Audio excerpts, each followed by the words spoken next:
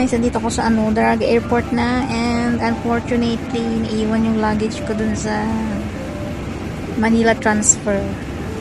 Heto na siguro yung pinaka-worst experience ko na sinakyan ko sa isang airline na kung saan naiwan yung bagahe ko mula sa aking flight from Hong Kong to Legazpi via Manila. Ganyan dito, 13 degree.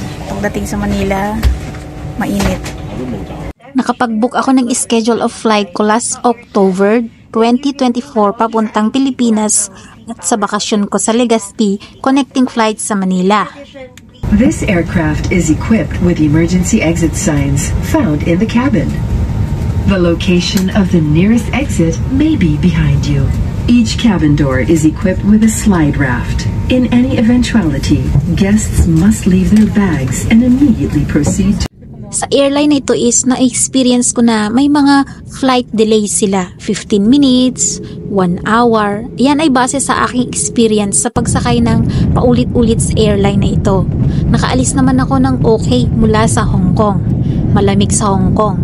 At syempre, winter nga pala dito. At pagdating sa Pilipinas is bubungaran mo ang mainit na panahon doon. Airline nito ay hindi libre ang pagkain. Kailangan bumili ka.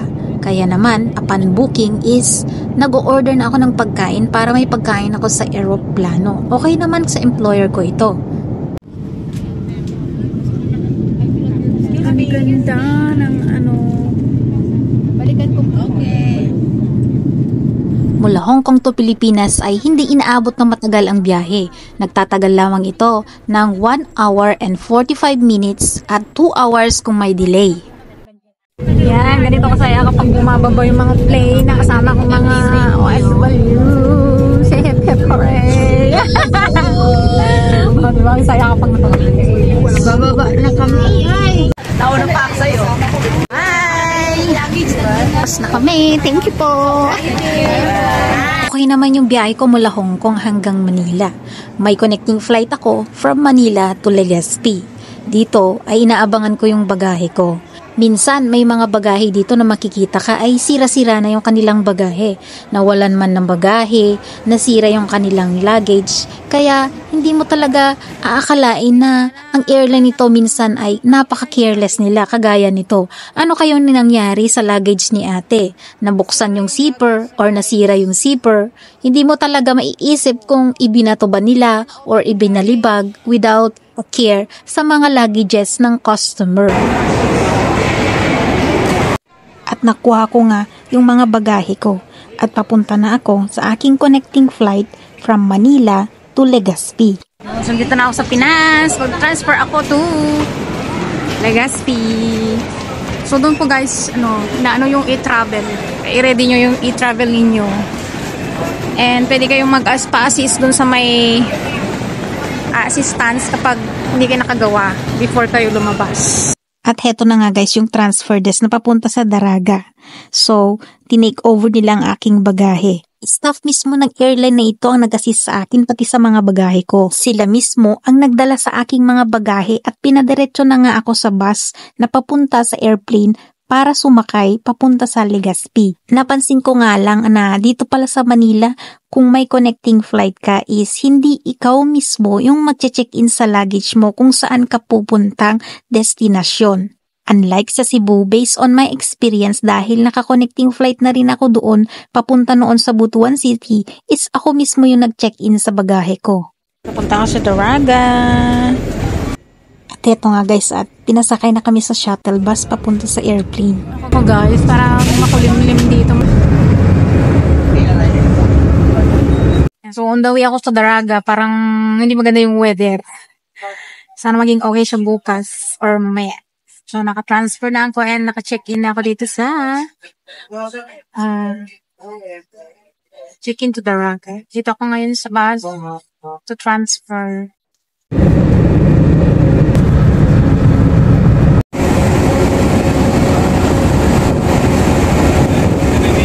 So, dito ulit ako sa gilid ng bintana. So, kaya kasi kapag mag-stay ka sa bintana, makita mo lahat. And so, on the way na ako, papunta sa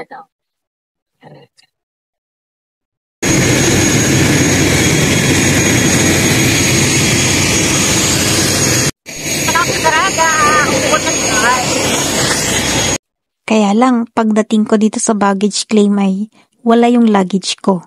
Naiwan sa Manila. So dito ko sa Daraga Airport na, and unfortunately, naiwan yung luggage ko dun sa Manila transfer. Hay, nakakainis. Laki ng aberya talaga. And siguro bukas ko pa makukuha. So kinuha nila yung details ko all about sa luggage, passport, and then name tag ng luggage. So paano ako makakabihis ko sa And hindi lang naman ako yung mag-isa na naiwanan ng luggage to sa transfer. Kasi dumiretso ako sa transfer, and then sabi nila dumiretso ka na dun sa may transfer bus, kasi nga from Manila to Daraga is meron pang bus na sasakyan namin, and then pinick up ng lalaki yung luggage ko. Akala ko naman, parang feeling ko talaga hindi maganda yung aking ngayon kanina dun sa may airport, kasi nga about the luggage. Parang feel ko may mangyayari yun nga. So hindi ko nakuha yung luggage ko, guys. So isang malaki na 28 inches, 34 kilo, and 7 kilo na backpack. Ano pag nawala yun? Nag-aalala ako kasi nga, syempre, alam mo naman, yung mga airport dito sa airport is may mga nawawalan ng luggage. Anyway, hindi lang ako yung naiwan ng luggage doon sa Manila. May makasama ako from Dubai, mga nag-flight from Dubai, and layover sa Manila, and meron din akong kasama sa Hong Kong. Parang medyo 5 kami, medyo 5 above. More than 5 ata kami hindi nakakuha ng luggage. Galit na galit yung yung nakasabay ko sa Hong Kong, kasi nga 40 luggages yung naiwan sa kanila, hindi nila na-claim. So ang na-claim ko lang is yung aking hand carry. So dito ako ngayon sa inaantay ko si Daddy dito sa airport, dito sa Daraga. Dito na ako. Ay, nakakapagod yung flight ko, tapos di ko pa nakuha yung luggage ko. Ay, ang laki nga barrier. At one day bago dineliver at nakuha ko ang bagahe ko. Anyway, kung hindi ko pa ipa-follow up ang airport na to sa Cebu Pacific, hindi nila aasikasuhin. This is the worst airline experience na sinakyan ko sa lahat ng mga airplanes.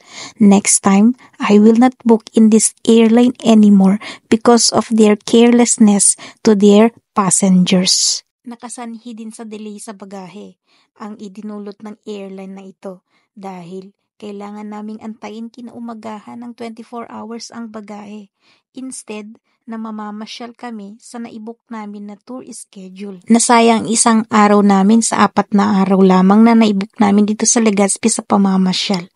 Wala ding compensation ang airline na ito, so I don't recommend this airline na magandang kanilang serbisyo dahil sa naranasan ko. Okay guys, tapos na ang pag-share ko sa experience ko na ito, at sana mag-ingat po tayong lahat sa mga biyahero, lalong-lalo na sa mga airlines na naibubuk natin. Thank you for watching!